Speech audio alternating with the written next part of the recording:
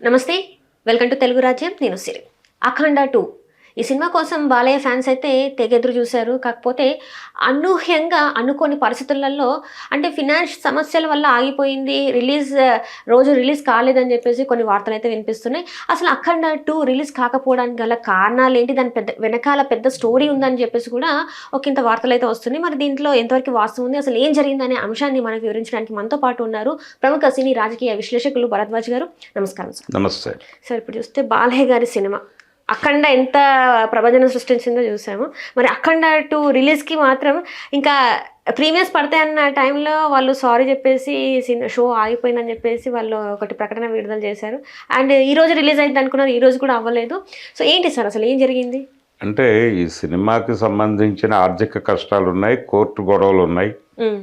అంటే గతంలో ఈ నిర్మాతలే తీసినటువంటి కొన్ని సినిమాల సందర్భంగా ఈరోజు ఇంటర్నేషనల్ కంపెనీకి వీళ్ళు డబ్బులు ఇవ్వాల్సి ఉంది, బకాయిలు ఉన్నాయి. వాళ్ళు ఆ డబ్బులు క్లియర్ చేయటం కుదరకపోతే సినిమా రిలీజ్ని అడ్డుకుంటామని చెప్పారు వీళ్ళకి. కాబట్టి వాళ్ళకి ఇవ్వాల్సినటువంటి 28 కోట్ల చిల్లర ఆ డబ్బులు పే చేసేసి ఉంటే ఈ గొడవ ఉండేది కాదు. అది పే చేసేసి పే చేయకపోవడం వలన వాళ్ళు కోర్టుకు వెళ్ళారు మెడ్రాస్లో. ఆ కోర్టు కేసు కరెక్ట్గా ఈ సినిమా ప్రీమియర్స్ పడే రోజు అంటే 4వ తారీఖు జడ్జిమెంట్ వచ్చింది అక్కడ, సినిమా ఆపండి అని.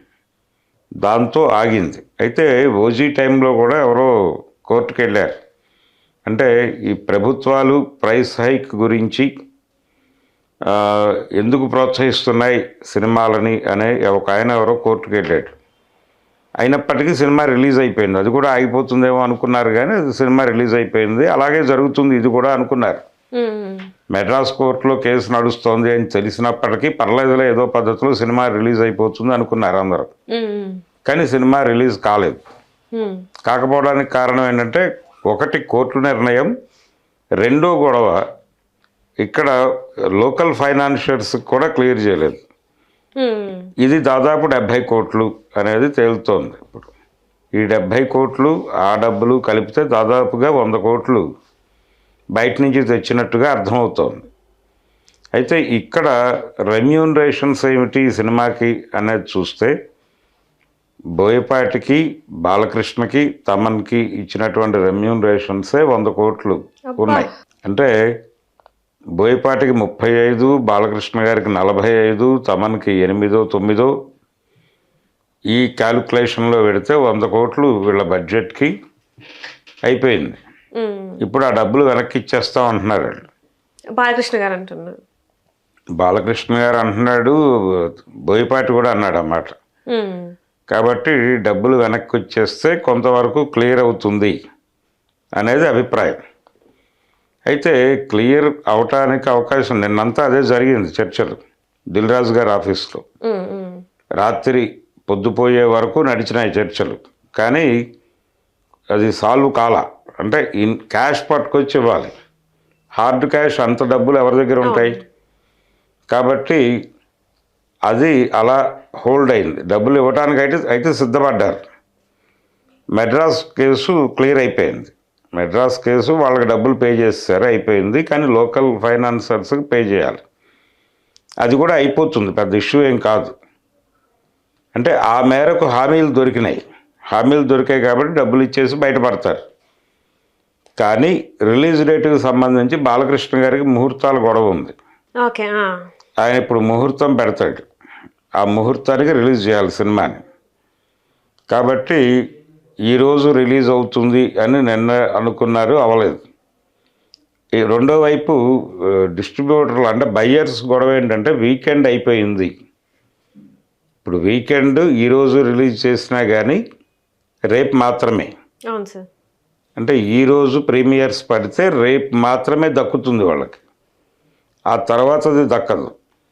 అలా కాకుండా ఒక ప్రాపర్ వీకెండ్ గురువారం రోజు రిలీజ్ చేస్తే సినిమాని, గురువారం ప్రీమియర్స్ వేస్తే శుక్ర, శని, ఆది 3 రోజులు డబ్బులు వస్తాయి. అందుకని ఇప్పుడు వద్దు, నెక్స్ట్ వీక్ పెట్టుకోవచ్చు అని అనుకుంటున్నారు వాళ్ళు. బాలకృష్ణ గారి ముహూర్తం ఎప్పుడు జరుగుతుంది అనేది ఒక గొడవ, రెండోది వీళ్ళ గొడవ. అందుకని మ్యాక్సిమం 26 వరకు సినిమా ఉండకపోవచ్చు.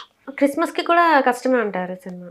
కష్టమే. 26వ తారీఖు మేబీ కొంత, అంటే ఇప్పుడు ఈ సినిమాకి సంబంధించి దీని రిలీజ్ 5వ తారీఖు అన్నారు కాబట్టి ఈ 5వ తారీఖు రిలీజ్ చేయాలనుకున్నటువంటి చాలా సినిమాలు ముందుకెళ్ళినాయి. ఒక డేట్ ఫిక్స్ చేయటం అనేది అంత ఈజీ వ్యవహారం ఏం కాదు. ఆ టైంలో ఈ సినిమా రిలీజ్ అవ్వటం వల్ల దెబ్బతినే సినిమాలు ఏమిటి, అవతల సినిమాల కండిషన్ ఏమిటి, ఇవన్నీ క్యాలిక్యులేట్ చేసుకుని సినిమా రిలీజ్ డేట్ ఫిక్స్ చేయాలి. రెండోది ఓటీటీ వాళ్ళతో ఒక పంచాయతీ ఉంటుంది. ఇప్పుడు ఓటీటీ వాళ్ళు ఈ సినిమాని కొనుగోలు చేశారు.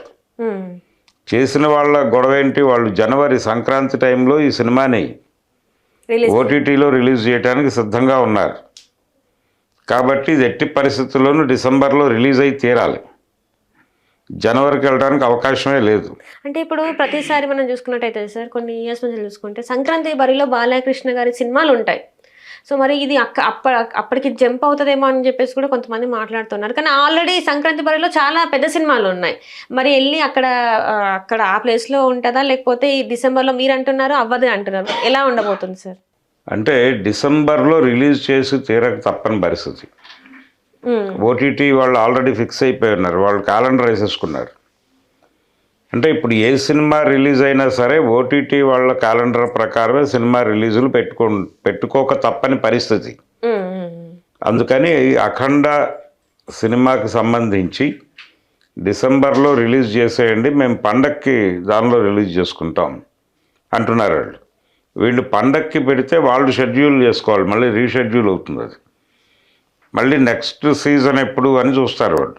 దసరా అవుతుంది. దసరా అయితే ఈ సినిమా రిలీజ్ కూడా దానికి ముందు పెట్టుకోమంటారు.